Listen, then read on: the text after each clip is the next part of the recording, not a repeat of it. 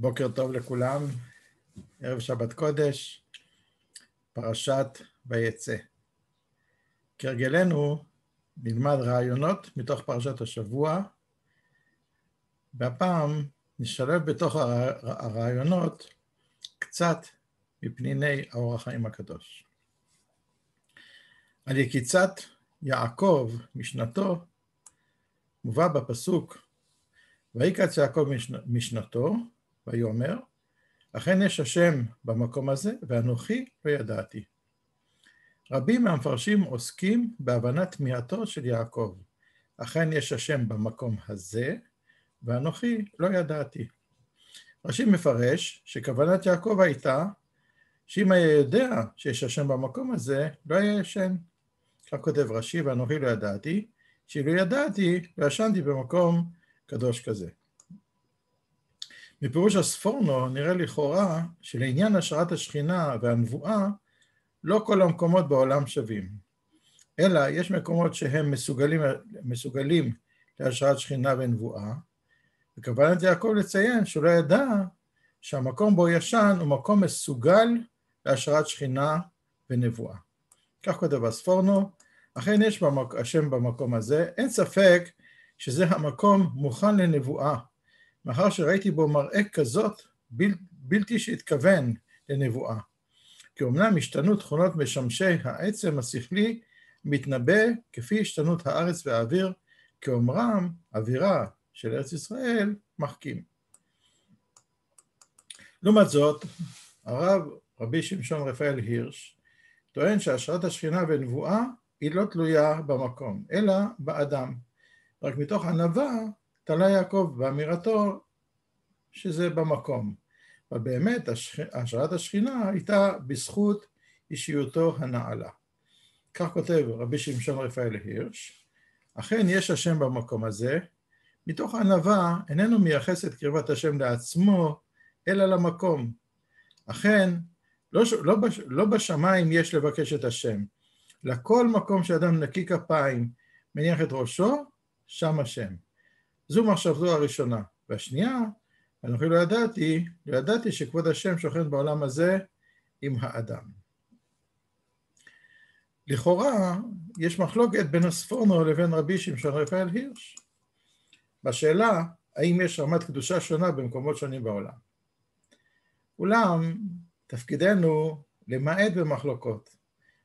ככל שאפשר להסביר את הדברים באופן שהם לא חולקים, עדיף. לכן נראה לומר שאין ביניהם, אין מחלוקת בין הספורנו לרבי שמשון רפאל הירש. אלא, אם נאמר שאין כוונת הספורנו לומר שהשראת השכינה והנבואה תלויה במקום, אלא שיש מקום אחד בעולם, אותו ייחד הקדוש ברוך הוא לקדושה והשראת שכינה. מקום זה הוא בהר המוריה. מקום זה נבחר לבנות שם את בית המקדש ולהשרות בו את השכינה. וזה מתאים למי שאומר שהחלומו של יעקב היה בהר המוריה. אולם, לפי האומרים שהיה בבית אל, אבל הקדוש ברוך הוא העתיק לשם זמנית את הר המוריה, או שאפשר לומר, לפי הדעה שאומרת שזה היה בבית אל, והקדוש ברוך הוא העתיק לשם זמנית את הר המוריה. אבל בכל מקרה, זה המקום היחיד שהוא מסוגל להשראת השכינה, ואין כוונת הספורנו שיש מקומות שונים עם רמות שכינה שונות. מה שכתב הספורנו לגבי מקומות שמסוגלים יותר לנבואה, מזן כדוגמה את אווירה של ארץ ישראל, שכמו שאמרו חז"ל בגמרא, אווירה של ארץ ישראל מחכים, זה פשוט ומוסכם על כולם. ופשוט שגם רבי שמשון רפאל הירש הסכים לזה. שיש מקומות שונים בעולם עם תכונות סגוליות שונות, כמו שיש מקומות בהם האוויר טוב לחולי אסתמה, ויש מעיינות עם סגולות בריאותיות, שהמיוחד באווירה של ארץ ישראל שהוא מחכים. אז אם ככה, יישבנו את הקושי והסברנו שבעצם רבי שמשון רפאל הירש והספורנו לא חולקים זה עם זה, וכמובן שגם הספורנו מסכים לרבי שמשון רפאל הירש שהנבואה, השראת השכינה, תלויה באדם, במעשיו, בכמה שהוא מזכך יותר את נפשו, כמה שהוא יותר בעל מידות טובות, כמה שהוא יותר ישר, נקי כפיים, יזכה יותר לרוח הקודש בהשראת השכינה. הכתב והקבלה לא מקבל את הפירוש של אותו מקום, למקום מיוחד לקדושה. לדעתו, התפעלותו של יעקב, אכן יש השם במקום הזה ואנוכי לא ידעתי, בא לומר שזו הייתה התנבאות הראשונה של יעקב. פעם ראשונה שיעקב מתנבא. אמירתו מבטאת את גודל מעלת הנבואה, עד כדי כך שיעקב ממוקד בה ושוכח את ההבטחות האלוקיות שקיבל. כך כותב כתב הקבלה, כבוד שכינתו נראה במקום זה, אלה הראויים אליו. ומלבד זה מוכח מסדר מילות המאמר, שלא מדבר מקדושת המקום. אם כן, היה לו להקדים המקום להשם, ולומר, במקום הזה יש השם. ואז היה מורה על המקום, על מקום, זולת מקום, כי עיקר, כוונת האומר, נודע את סדר התיבות במאמרו. לכן, נראה לומר, אף שהייתה מציאות השם נודע אליו בקבלה מאבותיו, ובלי ספק היה לו בעניין נשגב זה ידיעות מושכליות, הוא שמע מאביו ואמו, הוא שמע שיש מושג של נבואה, בכל זאת כשזכה פעם ראשונה למראה נבואה זו, שנתגלתה אליו השכינה, ולומר אליו אני השם, שדמתה לו מציאות אמיתי במראה, שבלי ספק מעלה יתרה, לבלי תכלית על קבלתו וידיעתו הקודמת לו בזה. הנה מרוב חיבה היתרה שנודע לו העניין נכבד זה, הסיח דעתו מכל ההבטחות הגדולות שהובטח לו עליהם בחלום, והוא אמר בשמחה ובהתפעלות, אכן יש השם במקום הזה. וככה מסביר בעל הכתב והקבלה מדוע יעקב לא מתפעל מכל ההבטחות הגדולות שהוא קיבל מאת השם. הרי הוא קיבל בחלום הזה, הנה אנוכי עמך ושמרתיך, ויש המון הבטחות, אבל מה שהיה, ההתפעלות הגדולה של יעקב הייתה, מעצם העניין הנבואי שזאת הייתה נבואה ראשונה שהוא חווה. בפירוש שיר מעון, כתב שהתפעלותו של יעקב נבע מכך שהבין שיש גילוי שכינה, גם מתוך פעולה גשמית. שמתוך פעולה רוחנית אפשר להגיע לנבואה, זה קל יותר להבין, נבואה זה משהו רוחני, ובפעולה רוחנית יכולה אולי להביא את זה. מה שהטמיע את יעקב זה העובדה שמתוך פעולה גשמית אפשר גם כן להגיע לגילוי נבואה, גילוי שכינה. כך הוא כותב, הנה ידע יעקב שעוסק בתורה שכינה כנגדו, אבל לא במי שישן לחזק גופו. הגם שבכל דרכיך דאהו, וגם זה לשם שמיים הוא, כדי שיהיה בריא ללמוד תורה. בכל מקום סבר שהוא רק הכנה, לא כמו לימוד גופה, שיהיה גם שכינה עמו. וכאן שישן. מתוך שנתו, והנה השם ניצב עליו, ויאמר, נתוודע לו שגם בזה הבי כמו עוסק בתורה ממש, ושכינה עמו. זה שכתוב, ויקץ יעקב משנתו ויאמר, אכן יש השם במקום הזה. גם במקום שינה, ואנוכי לא ידעתי. בני יעקב מרוב ענוותנותו תלה זה רק בהמקום, ושהמקום קדוש. לכן שרתה עליו השכינה, לא מפני שהוא ראוי לכך. אבל השיר מעון אומר שבעצם החידוש, ושההתפעלות, אכן יש השם במקום הזה, אצל יעקב אבינו מבטא, שהוא מסר מאוד מאוד גדול וחשוב, שגם מתוך פעולה גשמית אפשר להביא להשראת שכינה, ולאו דווקא מלימוד תורה ועיסוקים בדברים רוחניים. באור החיים הקדוש הוא מחזק את השאלה, ואנוכי לא ידעתי. כי יעקב צריך לדעת כל נסתר, מפרש את מעטו, מביע את הבנתו של יעקב, מדוע הקדימה לו שקיעת השמש. ויקץ יעקב, הוא כותב אור החיים, צריך לדעת כוונת אומרו אכן, שנראה כי נתגלה לו הנעלם. עוד מה תמיהה זו, ואנוכי לא ידעתי, שנראה שצריך לדעת כל נסתר, והתבהר על דרך אומרם, כיבה השמש, שקעה לו, שלא בעונתה, לשכב שם בבית המלון המאושר. יעקב לא הרגיש טעם הערב שמש שלא בזמנה. יעקב נמצא שם, השמש שוקעת, הוא לא מבין למה השמש שקעה כל כך מוקדם. לזה כשבא החלום מרוב עניין, אז הוכר לו הנסתר טעם ערב השמש. והוא אומרו, אכן יש השם במקום. לזה העריב השמש לצורך שכיבה במקום הזה.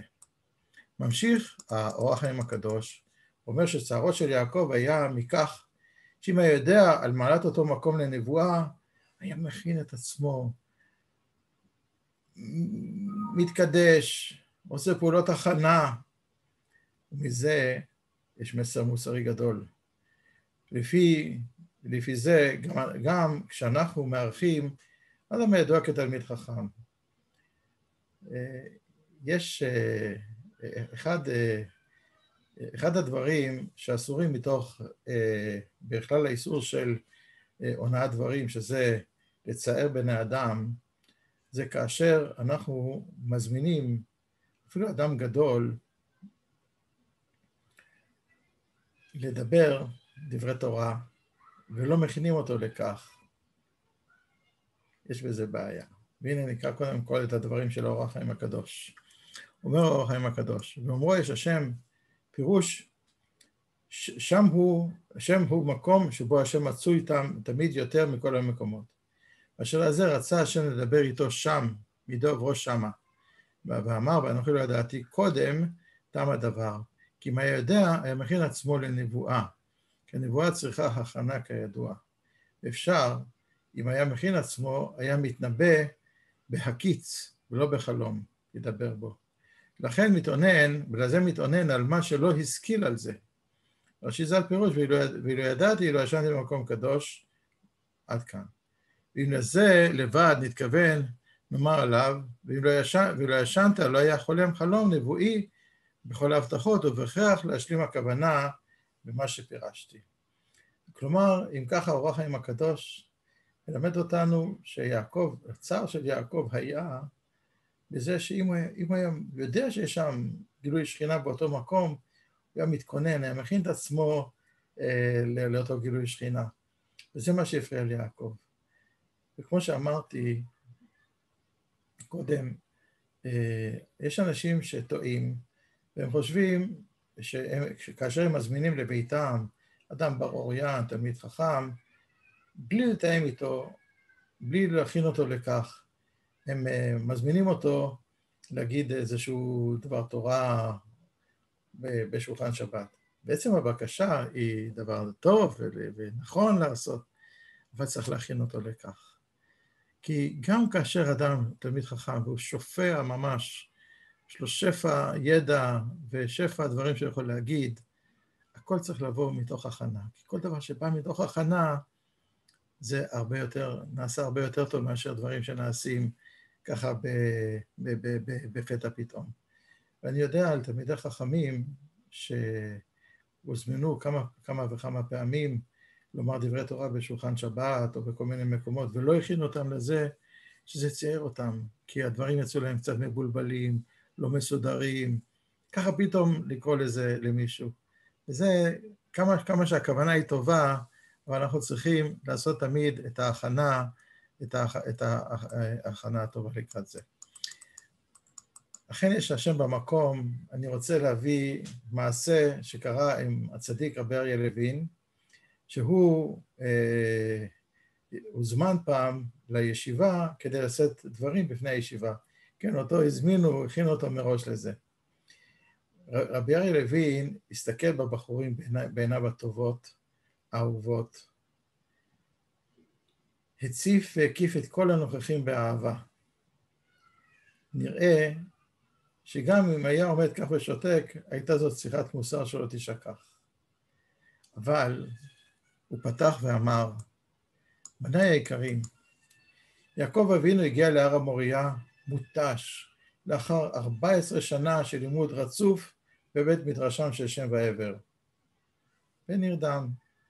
הוא זכה למחזה הסולם, לנבואה, להבטחות מפליגות, וכאן משנתו נרעש ונרגש.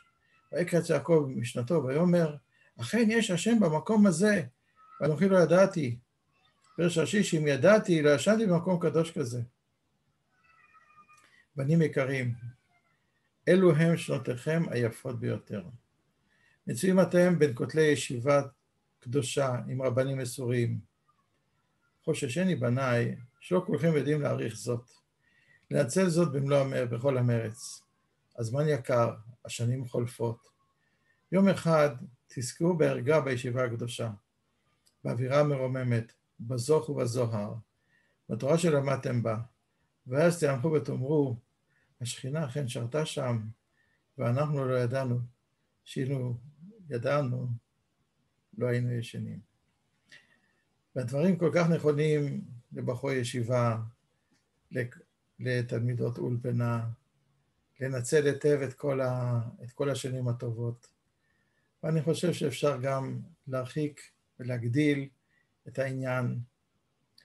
כל שנה שבה אנחנו זוכים בראש השנה, נכתבים ונחתמים לחיים, צריכים לנצל אותה, לא לישון. מי יודע כמה זמן עוד נקצב לנו, אבל אנחנו צריכים לנצל את הזמנים. אנחנו יכולים לקחת את זה גם לכיוון נוסף. יש הורים שעסוקים בקריירה, עסוקים בכל מיני דברים, לקדם את עצמם, לתפקידים יותר בכירים, אולי גם להכנסה יותר גדולה בבית. אבל הרבה הורים כאלה, שמעתי את זה במו אוזניי, שפנו אליי ואמרו לי, כמה שהיינו עסוקים בקריירה, ופתאום הילדים גדלו, פתאום בר מצווה, בת מצווה, ואנחנו מרגישים שפספסנו.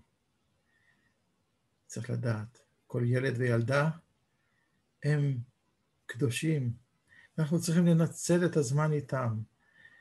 נכון, חשוב קריירה, נכון, חשוב הכנסות, כסף וכו'. אני לא מזלזל חלילה בדבר הזה. אבל השנים היפות שלנו עם הילדים, זה זמן שלא יחזור. וזה זמן שאם נאבד אותו ברבות השנים, אנחנו נצטער על כך מאוד. אז בואו נלמד מיעקב, נלמד מדברי רב אריה לוין, לא לפספס את הזמנים היפים האלה. לא לפספס את החיים, לנצל את החיים בצורה טובה, לפתח את האהבה, את החמימות בבית, להקדיש למשפחה. זה נותן את איכות החיים. זה נותן את איכות החיים האמיתית. מי שגר בבית, מי שמשקיע בילדיו, בבניו, בבנותיו, האיש באישה, הבית פורח, הבית שמח. איזה יופי. גם אם זה בית קטן, אבל הרוח גודל שאין לה סוף. ניקח את זה לתשומת לב בעזרת השם, ונעלה את האיכות חיים שלנו לחיים טובים ושמחים. נסיים ברעיון קצר מרעיון הסולם. והחלום בעניין סולם מוצב ארצה וראשו מגיע השמיימה, כותב רבי יעקב בעל הטורים, סולם בגימטריה קול. ללמד שכל תפילותיהם של בני ישראל הוא הסולם של מלאכי אלוהים עולים בו להמליץ טוב לפני כיסא הכבוד. מצאנו שהמלאך עלה בלהב אש את קורבנם של מנוח ואשתו, ויהי בעלות הלהב מעל המזבח, השמיימה ויעל מלאך השם בלהב המזבח. והנה התפילות הן במקום הקורבן, כמו שכתוב במסכת ברכות, רבי יהושע בן לוי אמר, תפילות כנגד תמידים תקנו.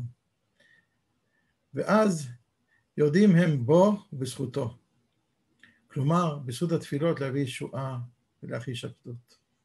אולם, יש לזכור שיש תנאי לעלייה ולירידה טובה בסולם, והיא ששליבות הסולם תהיינה שלמות. שכן, אם הן חסרות, או הן חסרות בו שליבות, או שהן שבורות, אי אפשר לעלות לסולם. ומה זה השליבות של הסולם בעניין התפילות? זה הכוונה. כאשר אנחנו נמצאים בבית כנסת, אם אנחנו נהיה מרוכזים בתפילה, לא בדיבורים, לא בסיפור חוויות, גם לא בעיון בחומש, ולא בעיון במשנה ברורה או באיזשהו ספר אחר, נהיה מרוכזים בתפילה. השליפות יהיו שלמות, וכל תפילותינו יגיעו עד כיסא הכבוד, וישמע השם תפילותינו ויענה לבקשותינו. כאשר השליבות, כאשר הכוונה היא טובה, היא שלמה, אז מלאכי אלוקים עולים בו. סולם זה גימטריה קול. השם שומע את קולנו, שומע את כל תפילותינו, כאשר אנחנו מתרכזים בתפילה, בענייני התפילה, מורידים את כל הדברים האחרים שמסיחים את דעתנו. זה לא קל, אבל זה כדאי. שבת שלום, מבורך לכולם.